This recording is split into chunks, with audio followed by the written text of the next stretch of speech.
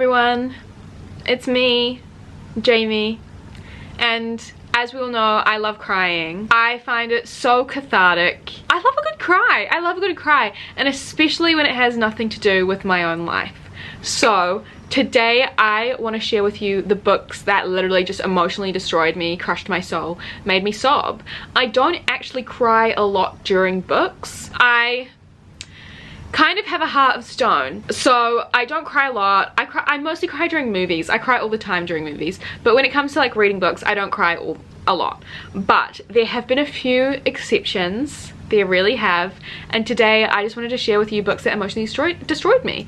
And I do want to say as well, there are some books that have also emotionally destroyed me apart from the ones that I'm going to mention today. So if you do want a part 2, if you're like me and you love to sob and cry and spend a lot of time feeling sorry for these people that you don't even know, then let me know. But until then, I've got 10 books to share with you, so let's just get started. The first book I want to talk about is a book that I actually made Chloe read recently. And babe, did you cry? I had some tears, like a little bit watery eyes. But I didn't get to the crying level. Yeah, I had a couple of tears stream down my face. Yeah. That's the level I got to. But it is The Way I Used to Be by Amber Smith. This is a YA contemporary novel about a girl who is raped by her brother's best friend. I will say right off the bat, it is quite a graphic rape scene. So big trigger warnings for sexual assault. But I am personally of the mind that it's not gratuitous.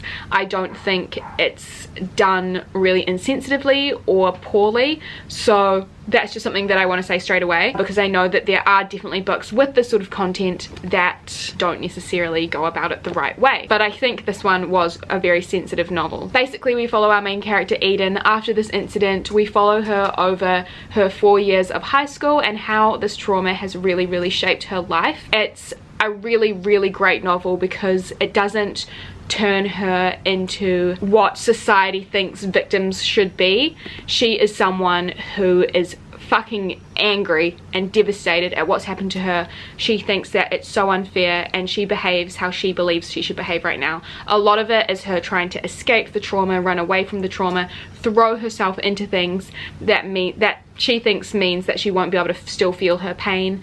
It's a really well done book, and I think that the character's journey is one that's just so realistic. It really touched my heart, and seeing this girl who was so filled with anger is almost something that I could relate to. I don't necessarily relate to Eden's story per se, but I think when bad things happen to me, the first avenue I go down is anger. Like, I'm known as a fiery person. I don't let myself stay upset. I get angry. And I'm not saying it's a positive trait. Like, I'm not saying that's a good thing, but I think the way we see it in this book is just really well done. And you know, when everything comes to crash and burn to Eden towards the end, when we start facing like the end of the book, that's where my tears started falling. It was really horrific, and I really felt for the girl. And I wanted to reach in and give her a hug, because at the end of the day, like, I think about what I was like at 17, 18, and it's just heartbreaking. I really liked this book. I think it's a really well done read, and I just felt very connected to the characters. I have seen some negative reviews from people saying like, oh, I hated how angry she was. I hated the main character. She was like really mean. Yeah. And I was just like, well, you obviously didn't get it. Like, you know, even if you've gone through trauma personally, just because someone reacts a certain way that's different to you, it doesn't mean that it's bad. And I thought it was really good to see a really angry and aggressive and honestly like hurt main character, and I really liked it. And I thought it was really good. But yeah, definitely very triggering, so make sure you read up on those trigger warnings. I will just say straight away, trigger warnings off the top of my head: obviously sexual assault and that sort of trauma that comes with it, a lot of binge drinking, a lot of hypersexuality as a result of trauma, drugs, victim blaming, that sort of stuff.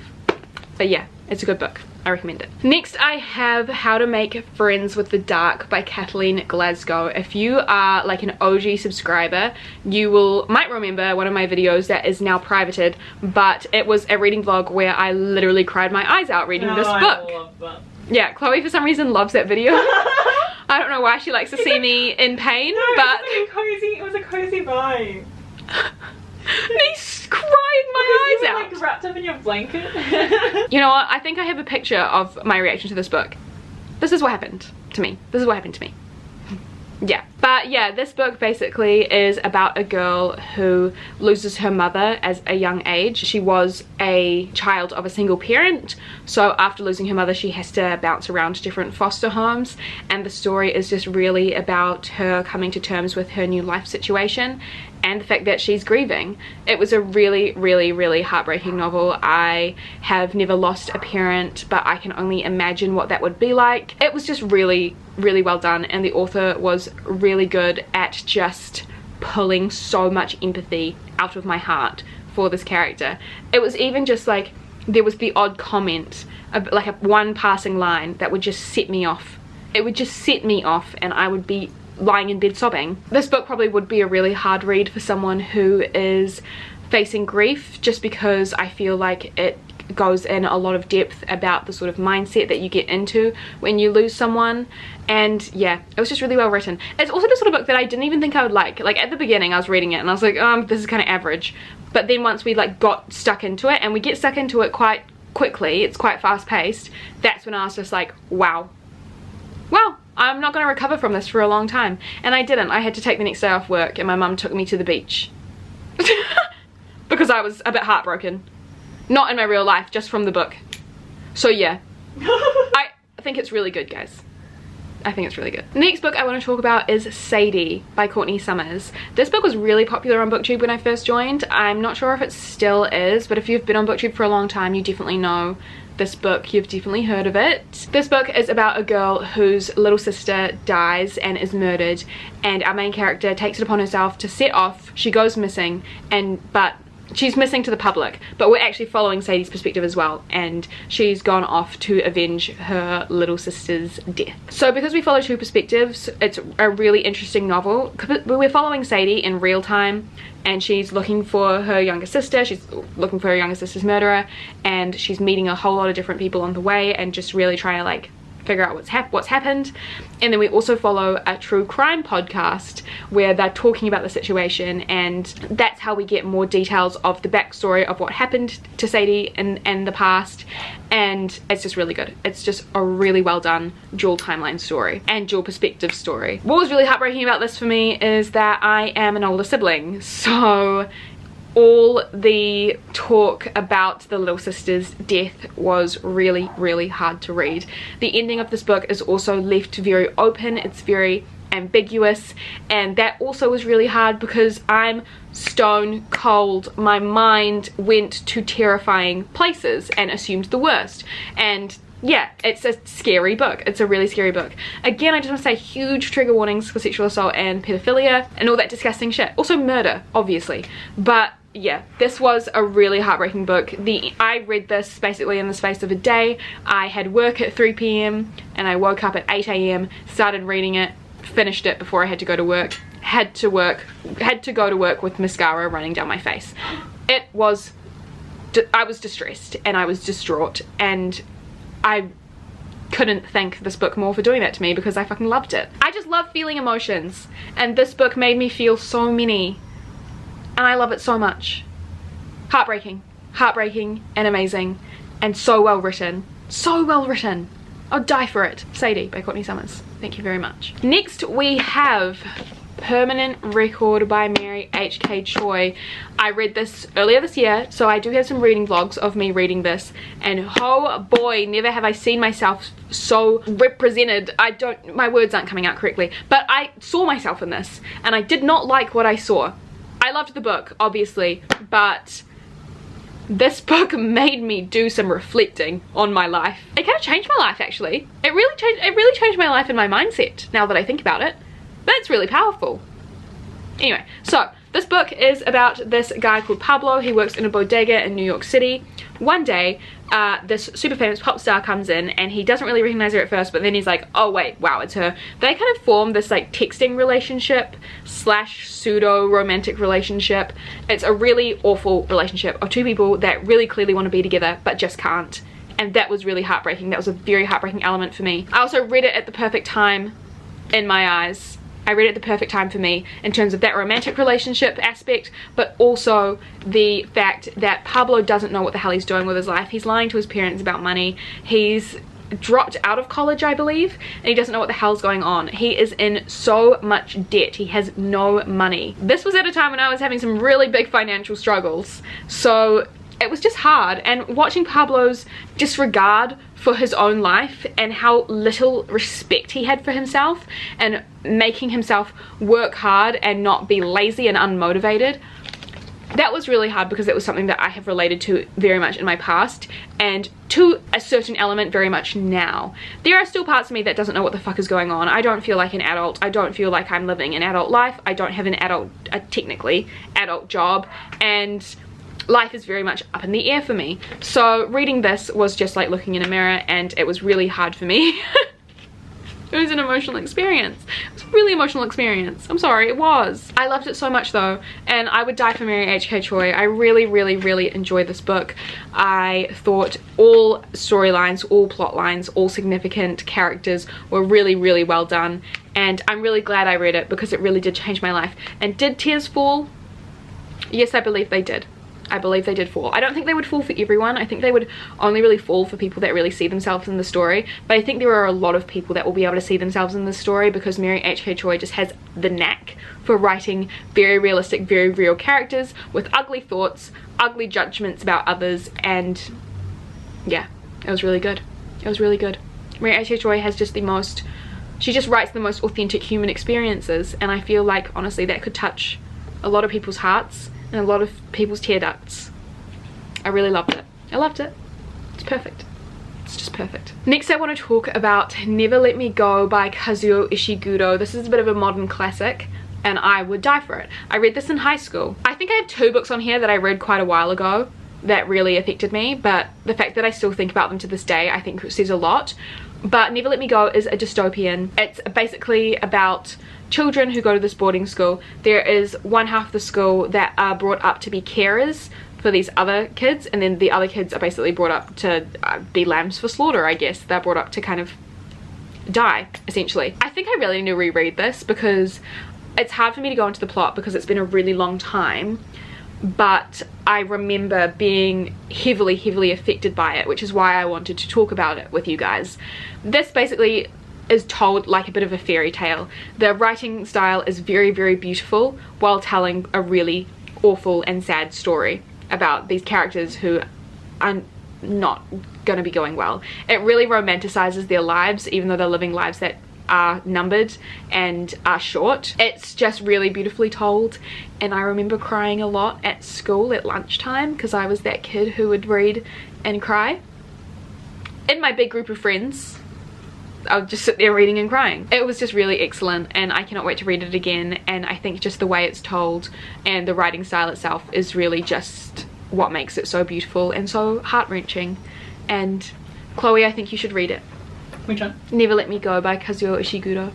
Oh yeah. Next I'll talk about my other book that I have only read in high school but still think about to this day and still get emotional thinking about, and that's The Book Thief by Marcus Zuzak. I still consider this one of my favorite books of all time, even though I read it when I was 16, but I have such vivid memories of me lying on the couch all of 16 years old reading this and sobbing into a pillow, where to the point where my parents were worried about me, like genuinely really concerned. Basically this book is a historical fiction set in World War II. Our main character lives in Germany. She is a little girl. She loves reading, but this is the time when all the books were being burnt and all that sort of stuff. She stole a lot of books from the library and like saved them. She also has like lots of friends, lots of family, and a lot of loss in this book. A lot of loss. It's also really fucking terrifying because her family decides to harbour a Jewish man in their basement during the times of the Holocaust, and it's fucking terrifying. Like, this book really has you on edge. It's very, very tense. The relationships in this book are so well done and so real, and yeah, it's set in Nazi Germany, so naturally there is a lot of loss and grief, and so many moments where I sobbed. I think this is the first book that I ever cried in. The first book I ever cried in, because I didn't cry reading like the series that is not supposed to be named anymore. I didn't cry reading that when I was young because I didn't quite get it. I didn't quite get what death really means, but I think this is the first book that I read where I really understood what death meant and the finality of death, and It really got me. It really got me. It's really good, guys. It's really good. But most people have read this by now. Like, this is a classic. Like, if you haven't read it, like, what have you done? It's a really easy read as well. Easy?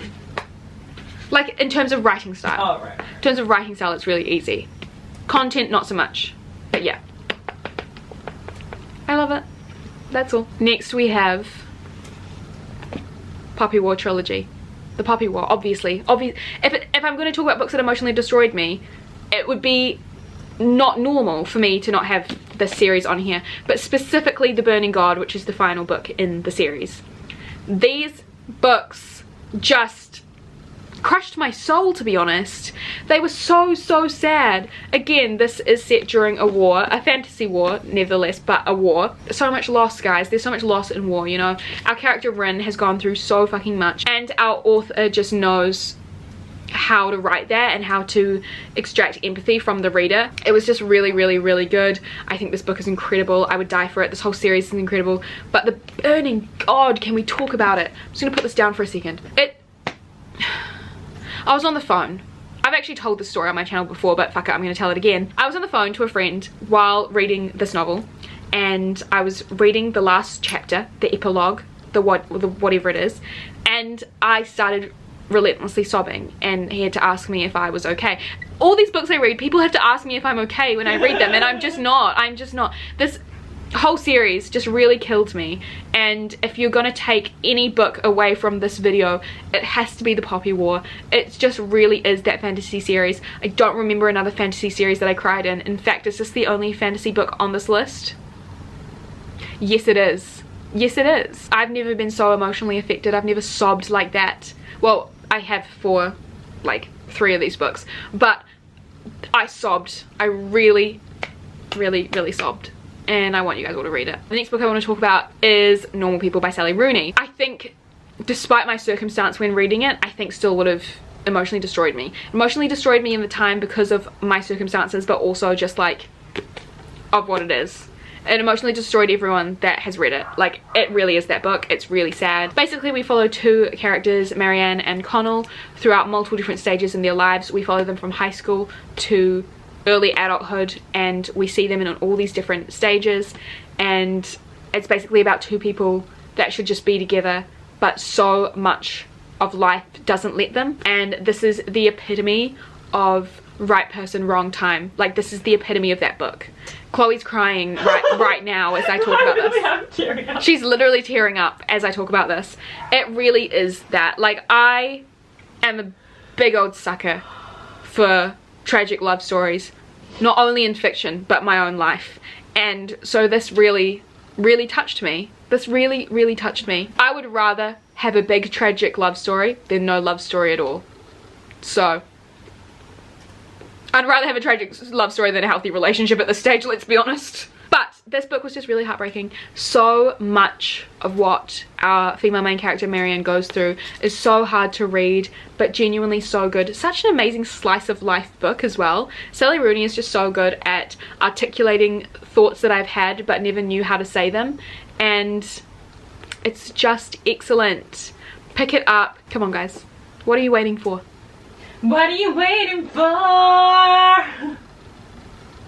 Sorry, is it karaoke night? So. Next book I want to talk about is a lovely little YA contemporary, but did emotionally destroy me, did make me cry quite a bit.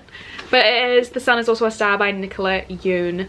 I love this, and I would die for these 2 main characters. Basically, we follow Natasha and Daniel. Natasha is a Jamaican immigrant in America, and she loves it in America. She loves her life there, but her family is being deported, and so she has 1 day left to spend in America, and she decides to roam the New York streets. Daniel is a Korean boy who does not want to follow his parents' dream of him going to Yale, and he skips out on his Yale interview, and that's when he meets Natasha, and they spend 1 last day together.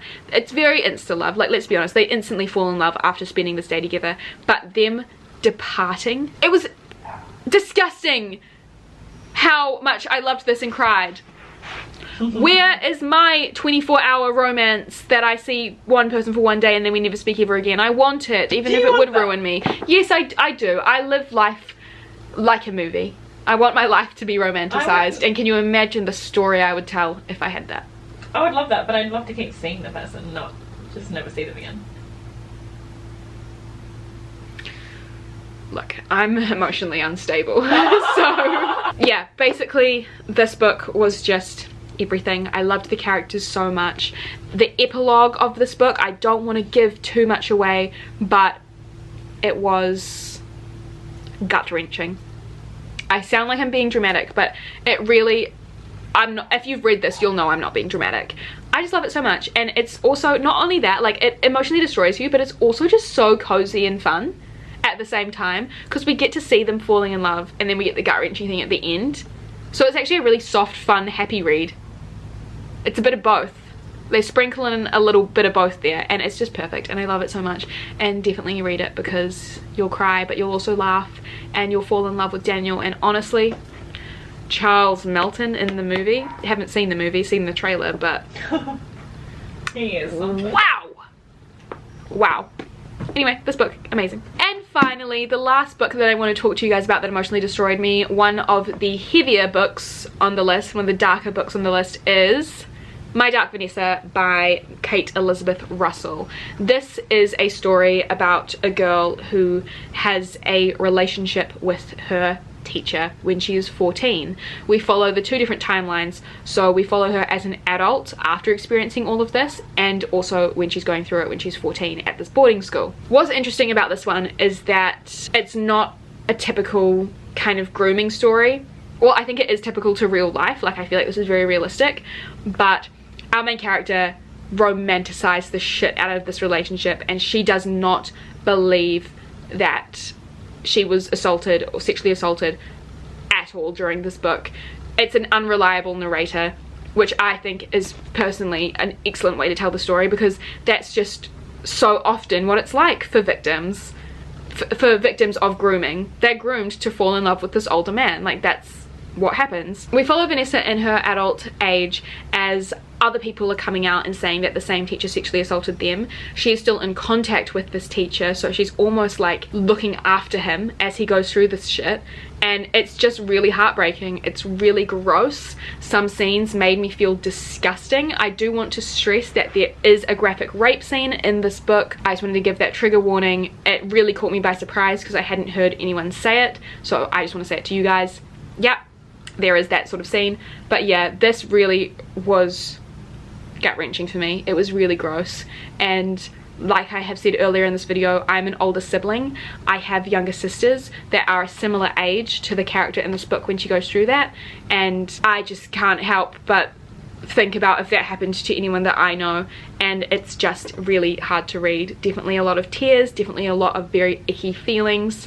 It really broke my heart and emotionally destroyed me. Yeah, it emotionally destroyed me, because watching our main character go through this shit, not only as when she's a kid but also an adult, is just really hard. Like, watching an adult person, like, obviously watching a child go through that is fucking hard, like, we know that, but watching an adult person not come to terms with what happened to them, like, so stuck in this mindset, was awful, guys. It was awful. I was so heartbroken, but an incredible read. An incredible read. So those are all the books that emotionally destroyed me. Kind of feeling a bit emotional now, to be honest, but let me know what you think down below. Let me know if you've read any of these books, and if you agree with me, if you had the same reaction as me. And also, because I love to cry and I'm a sucker for punishment, please leave down below the books that hurt you the most. Don't say Crooked Kingdom, I don't care for it. I know a lot of people were emotionally affected by that book, but I wasn't. Also, don't say Song of Achilles, because I've read that before and I agree with you. I just didn't want to mention it in this video because, you know, I gotta save some content for part 2. But yeah, thanks again, everyone. Another reminder that all my socials are linked down below, and I'll see you very soon in another video. Goodbye. She said, Cindy, don't cry.